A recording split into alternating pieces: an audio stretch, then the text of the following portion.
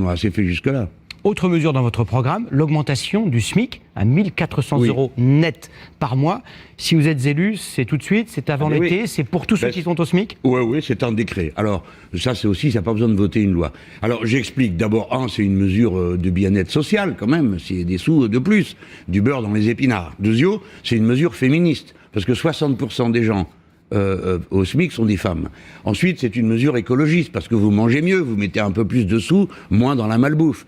Et puis en fait, surtout, c'est une mesure économique, parce que ça met en mouvement. Vous savez, quelqu'un qui gagne 1 400 € par mois, il n'achète pas des actions avec. Hein.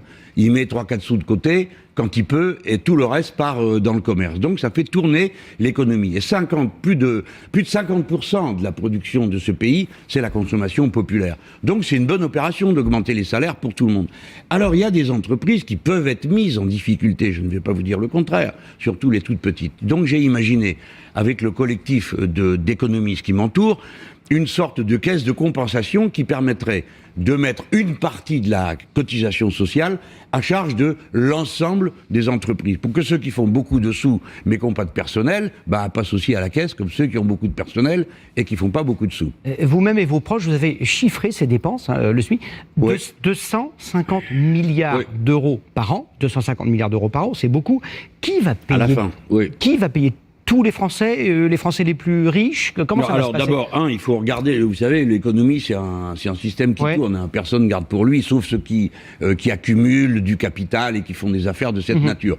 Mais tous les autres, ils dépensent. Donc, d'un côté, il y a 250 milliards de dépenses, mais ça entraîne la roue, et ça produit de l'autre côté 267 milliards. Donc au total, et là on parle à la fin du quinquennat, on a gagné 17 milliards qui servent à boucher le déficit, s'il en reste encore un, mais à mon avis, on l'aura comblé avant. Mais là, l'an prochain, vous aurez dépensé 250 milliards d'euros. Mais c'est pas possible. En tout cas, plusieurs dizaines de milliards, l'augmentation du SMIC, sans que personne n'ait à le payer. Aucun Français. Si, les riches. Bien sûr que si. Les riches. Alors, attendez les riches, faites pas les réponses à ma place. Non, mais j'avais une petite idée, c'est pour ça. Avant, vous deviniez.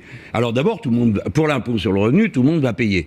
Mais il est clair que, d'abord, il n'y aura pas 5 tranches comme maintenant, où le pauvre baudet du milieu, c'est-à-dire celui qui a le revenu moyen de 1 000 € ou le salaire moyen 1 600, il est là comme ça et c'est lui qui paye tout. Non, il y aura 14 tranches, comme c'était le cas autrefois, et à la dernière tranche, je dis bien à la dernière tranche, hein, les gens, vous faites pas peur pour rien, à la dernière tranche, on prend quasiment tout.